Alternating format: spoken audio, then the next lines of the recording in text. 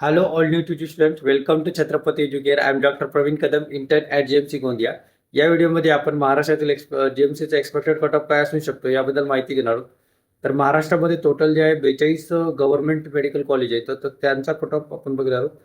तर open category असेल तर 509, ईडब्ल्यूएस कॅटेगरी असेल तर 490, एसबीसी कॅटेगरी असेल तर 492, ओबीसी कॅटेगरी असेल तर 508, व्हीजे कॅटेगरी असेल तर 455, एससी कॅटेगरी असेल तर 425, एसटी कॅटेगरी असेल तर 331, NT1 category 451, NT2 category 501, NT3 category 506.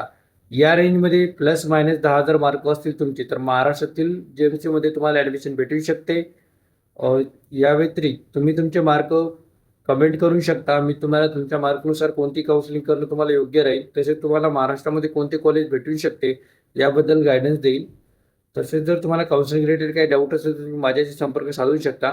Next व्हिडिओमध्ये आपण महाराष्ट्रातील प्रायव्हेट JMCचा कट ऑफ बघणार आहोत, म्हणजे प्रायव्हेट म्हणजे सेमी गव्हर्नमेंट. तर भेटूया नेक्स्ट व्हिडिओमध्ये. तुमचा नीट UGचा रिझल्ट जो आहे 20 जुलैला लागणार आहे.